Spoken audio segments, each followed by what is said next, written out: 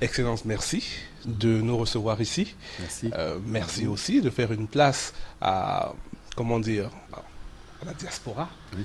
africaine qui se mobilise, une bande de jeunes Africains qui se mobilisent pour faire une banque. Mm. Ça vous inspire quoi? Un sentiment de satisfaction. Parce que depuis que je suis arrivé ici, il y a 4 ans de cela, mon combat a toujours été de changer, d'essayer en tout cas de changer par le discours et par la persuasion l'attitude de nos frères immigrés ici en Italie ou ailleurs. Moi, je leur ai dit souvent, et dans toutes les villes que j'ai traversées ici en Italie, qu'il fallait que l'immigration change d'attitude. C'est-à-dire que d'une immigration passive qui consiste simplement à venir travailler, chercher de l'argent pour nourrir une famille qu'on a laissée derrière, aider des parents, surtout quand on sait que ces dépenses que l'on donne et qui sont extrêmement importantes vers nos pays respectifs, sont souvent utilisées à acheter des denrées de consommation qui ne proviennent pas de chez nous. Donc l'argent ne fait que transiter chez nous pour revenir vers l'Europe. J'ai dit qu'il fallait aller vers une immigration positive, celle qui consiste à être de vrais acteurs de développement, des agents de développement, des agents économiques qui devraient créer des opportunités pour effectivement faire en sorte que des opportunités d'affaires qu'ils peuvent créer ici comme chez eux se matérialisent par ce genre d'initiative que vous venez de citer et qui me semble extrêmement importante et que j'encourage. Vous êtes parmi les premiers à avoir cru très très tôt à ce projet. Pourquoi vous sentiez qu'il y avait quelque chose de vrai là-dedans? Oui, oui, absolument. Parce que moi, je me suis rendu compte que, en fait, d'abord, ça vient d'un constat. Quand on est dans un pays comme l'Italie, on sait tous que l'Italie s'est battue autour de sa population immigrée, n'est-ce pas, qui ont contribué fortement à donner un peu plus de tonus économique à ce pays qui aujourd'hui est parmi les 7 pays les plus riches du monde. Vous verrez qu'il y a eu des immigrés partout. Et en 1976, dans ce pays qu'est l'Italie, surtout dans le sud, les gens mouraient presque de faim. Et aujourd'hui, en termes d'économie, malgré la crise, l'économie italienne est une économie qui est dynamique, même si elle subit les effets de la crise. Alors je me suis dit que tout cet argent, cet effort qui a été drainé de l'extérieur vers l'intérieur du pays, pouvait servir d'exemple à nos frères africains. Parce que quand vous venez ici, vous constatez que les Africains sont dans le petit commerce, ils sont dans des activités de travail, mais réellement qu'ils ne constituent pas une force économique qui pourrait à la fois non seulement leur permettre d'améliorer leurs conditions de vie ici et à l'extérieur, mais aussi de booster l'économie de leur pays. Et donc c'est dans ce genre d'initiative, par exemple la création d'une banque, la création de sociétés, de holding en partenariat avec des gens qui résident ici, je crois que c'était le seul moyen, n'est-ce pas, de faire en sorte que cette immigration-là, qui était passive au départ, puisse devenir positive et servir au développement de l'Afrique et des pays d'immigration en général. Le combat de la diaspora qui sera gagné, c'est un combat économique d'abord? C'est un combat économique parce que quand vous imaginez que tous ces gens qui sont partis de chez eux ne l'ont pas fait de leur propre gré, ils sont partis parce qu'ils ont été forcés, contraints et forcés par l'ordre économique qu'ils subissent chez eux. C'est des gens sans emploi, c'est des gens qui pensent qu'ils sont sans avenir chez eux et pour eux, l'Europe, c'est l'Eldorado.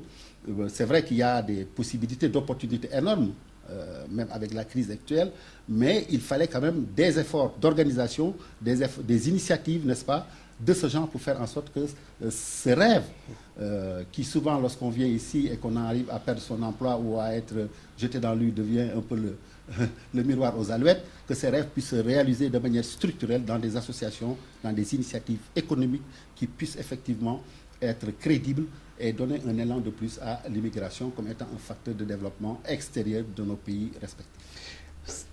Les promoteurs de cette initiative vous rendent hommage, disent que vous avez été le premier à les soutenir, à leur donner, comment dire, à leur faire prendre conscience du potentiel qu'ils avaient. D'où vous vient, vous, cette volonté, cette envie de vouloir pousser la diaspora à réaliser de telles initiatives? Parce que moi-même, j'ai été un immigré. Et je salue au passage vraiment l'initiative du Management Consulting Group qui a pris donc, cette initiative de créer cette banque qui, j'en suis persuadé, constituera un instrument extrêmement important pour la promotion économique de nos citoyens qui vivent à l'extérieur ici, mais aussi de nos pays respectifs. C'est une initiative qui part d'un sentiment patriotique, n'est-ce pas? Et j'ai été quelque part aussi témoin de l'histoire de l'immigration, parce que j'ai été pendant très longtemps étudiant en France et en qualité d'immigré, parce que sans bourse, je n'ai pas bénéficié de bourse, et il a fallu me battre pour aller jusqu'au cycle de doctorat avec les propres moyens. Donc il fallait que je travaille comme les immigrés, que je m'insère dans le tissu économique. J'ai fait plusieurs métiers, dont la plonge dans les hôtels, le jardinier, de tout ça, pour pouvoir financer mes études. Donc j'ai pu vivre de l'intérieur les souffrances que les immigrés pouvaient vivre, n'est-ce pas, dans leurs conditions d'exilés. Donc pour moi, il fallait se battre contre cela. Il fallait effectivement prendre des initiatives qui puissent rompre ces chaînes, n'est-ce pas, que l'on croyait comme irréversibles, pour effectivement devenir de véritables agents de développement pour nos pays, même en étant des immigrés à l'extérieur de nos propres frontières. Quel conseil vous pourrez donner aux promoteurs de cette initiative? Si vous aviez un message à leur faire passer, ce serait lequel? C'est un message d'encouragement, c'est un message de lucidité. Je sais qu'en tant qu'expert financier, c'est des initiatives qui sont louables, mais pas faciles à mettre en œuvre, mais il ne faut jamais reculer devant les difficultés.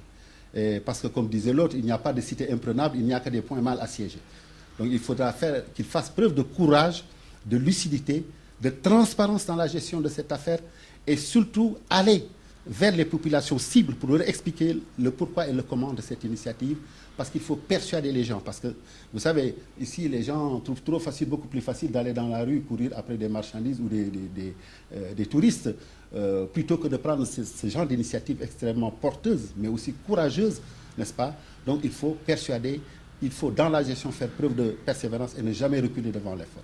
Je crois que le succès est à ce prix, et je suis persuadé par l'équipe que j'ai vue, notamment le président qui est venu me voir aussi, qui est venu me faire l'honneur de sa visite, et son vice-président qui est un Sénégalais. Je suis persuadé d'ailleurs qu'ils iront jusqu'au bout de cet effort, et que cet effort sera couronné de succès pour le bien de l'immigration en général et de nos pays respectifs.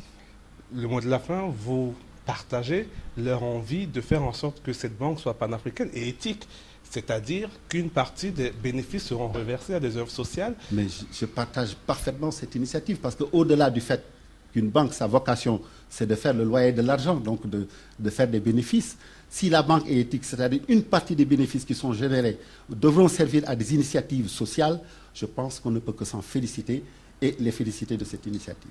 Merci beaucoup, Excellence. Merci. Merci bien. Je m'appelle Kwasi Raymond et je suis un entrepreneur.